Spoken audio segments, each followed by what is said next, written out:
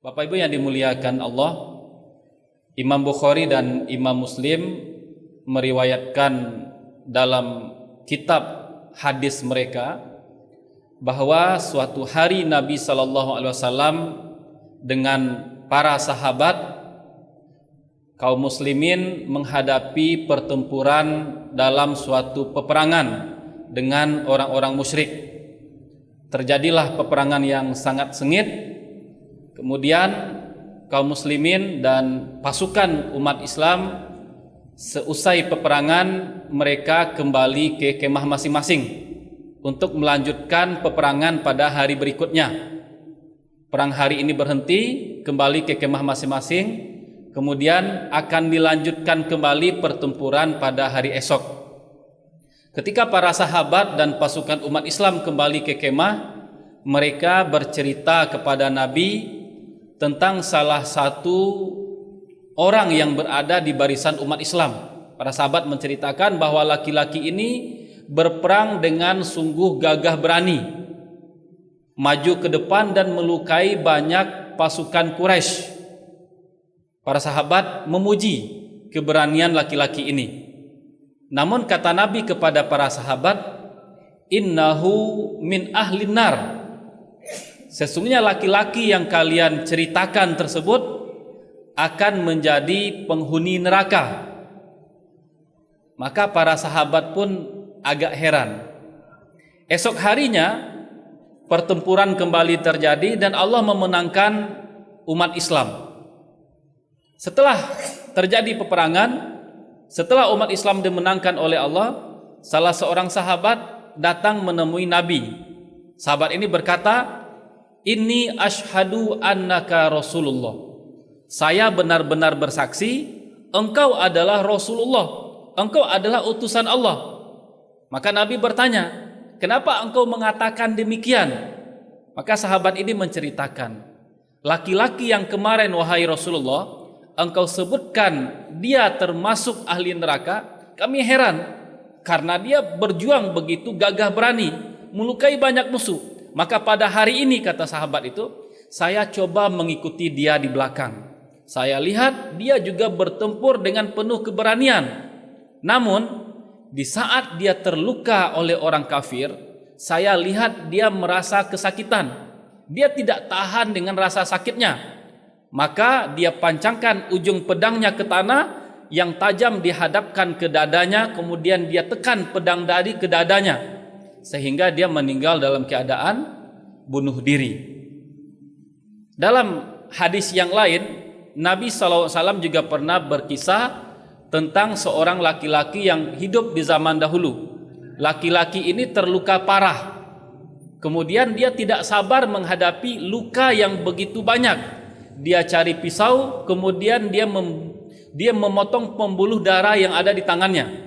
Darah terus mengalir, tidak pernah berhenti. Akhirnya dia meninggal. Kemudian Allah berfirman, "Badaroni abdi binafsihi faharamtu alaihil jannah." Hamba saya, kata Allah, mendahului saya mengambil nyawanya, maka saya haramkan surga bagi dia.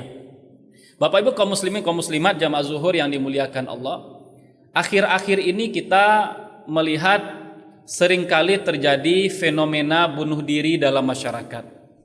Bahkan hampir tiap bulan, mungkin hampir tiap pekan, kita membaca, mendengar di media sosial dan juga melihat ada orang yang bunuh diri, ada satu keluarga yang bunuh diri, ada ayah dan ibu yang bunuh diri, ada anak-anak yang bunuh diri. Kenapa? Karena merasa tidak kuat dan tidak sanggup menghadapi masalah hidup. Tidak sanggup menghadapi masalah hidup, mereka akhiri hidup mereka. Ini seringkali terjadi. Kita tidak pungkiri, hidup yang kita jalani penuh dengan masalah. Dalam hidup banyak penderitaan.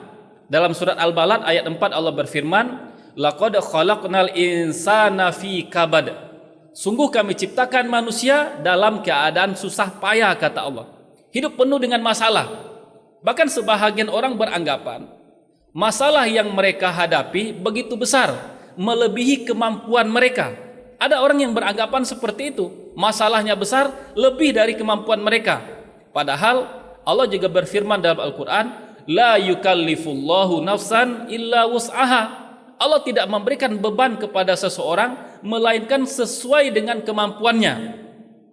Terkait dengan masalah bunuh diri tadi, ketika berhadapan dengan masalah, seseorang harus menyikapinya dengan bijak, dengan pikiran yang jernih, dan dengan kepala yang dingin. Terkait dengan bunuh diri, kalau kita berandai-andai, seandainya kehidupan kita hanya kehidupan dunia satu-satunya, tidak ada lagi kehidupan akhirat, maka kita bisa mengatakan bunuh diri adalah cara para pengecut dalam menghadapi masalah. Kalau seandainya tidak ada akhirat, orang yang bunuh diri adalah para pengecut yang menghadapi masalah. Takut masalah mereka bunuh diri, dan solusi ini tentu tidak benar. Apalagi bagi kita umat Islam, kita yakin kehidupan kita bukan hanya di dunia. Dunia ini hanya sementara, dunia ini hanya ujian. Kita yakin setelah dunia ada akhirat. Di akhirat nanti hanya ada dua, kalau tidak surga, neraka. Dalam hadis jelas disebutkan, orang yang bunuh diri tempat kembali mereka adalah neraka, tidak akan masuk surga. Maka dalam agama kita, orang yang melakukan bunuh diri mendapatkan kerugian yang sangat besar.